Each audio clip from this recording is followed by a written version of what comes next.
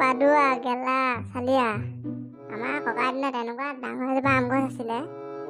যি আম গছজোপা তলৰ পৰা শুই চালো ওপৰ আম পাতডাল একোৱে দেখে নাই। এনেকুৱা ডাঙৰ এজোপা আম গছ আছিলে আমাৰ ককা দিনত।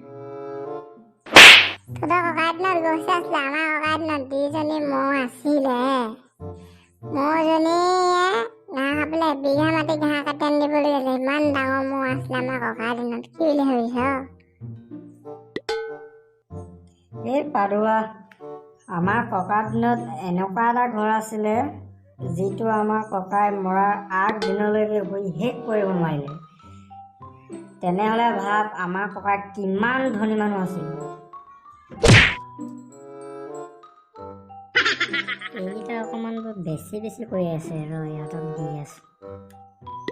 এই গেলা, তহঁতৰ ককাৰ দিনত কি আছিলে? আমাৰ ককাৰ দিনত যিটো ঢোল আছিলে, এপিনে টংকে বজালে ইপিনে বজাবলৈ এসপ্তাহ লাগে।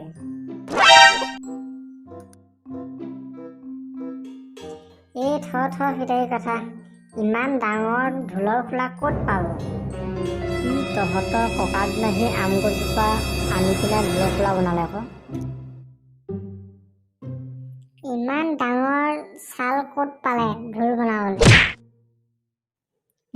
তহঁতৰ ককাৰ দিনত সেই মৌজনী মৰাৰ পাছত আমাৰ ককাহে আনি পিনে ঢোল বনালে।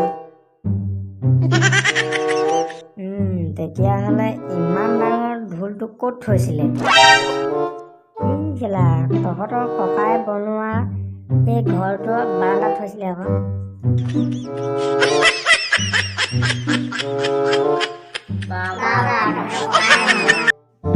যদিহে আপোনালোকে আমাৰ ভিডিঅ'টো ভাল পালে তেতিয়াহ'লে লাইক কৰিব আৰু